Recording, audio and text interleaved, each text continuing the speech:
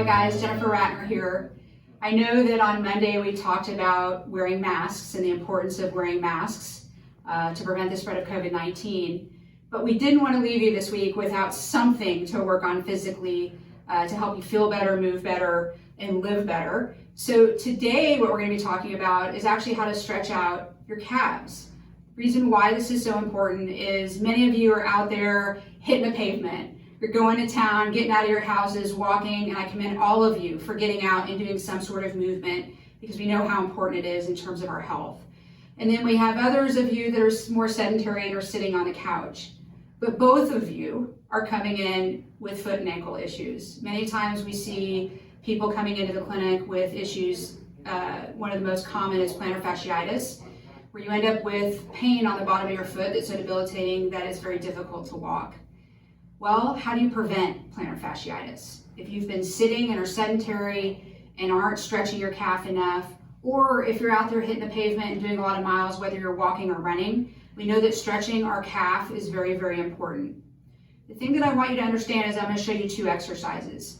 The exercises are intended to stretch the two main muscles of your calf that insert into your Achilles at your heel.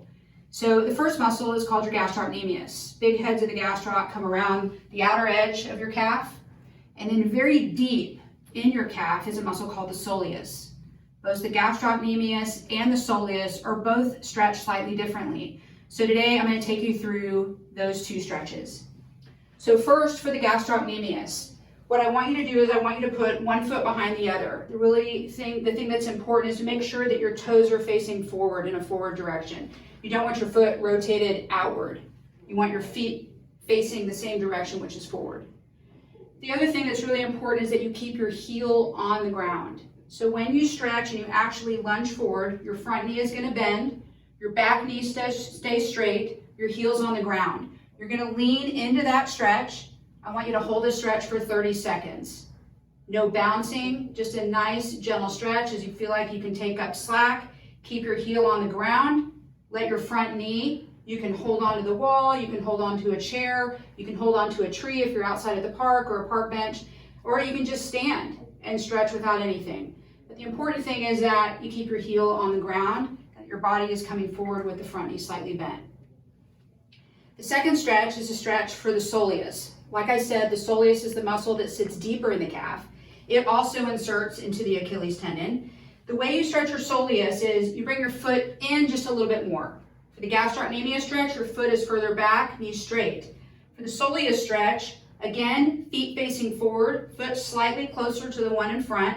And this time, chest up tall, you're going to bend your front knee, but this time you're going to slightly bend the back knee, keeping your heel on the ground. You're going to feel the stretch slightly different. This stretch should feel like a deeper stretch of your calf as opposed to the gastrocnemius stretch, which tends to feel a little bit more superficial. So again, soleus stretch, front knee bent, back heel on the ground, back knee bent, chest up tall. You don't have to hold on to anything. You can hold on to the wall, hold on to a tree, hold on to the park bench, doesn't matter. Maintain your balance and hold this stretch for 30 seconds.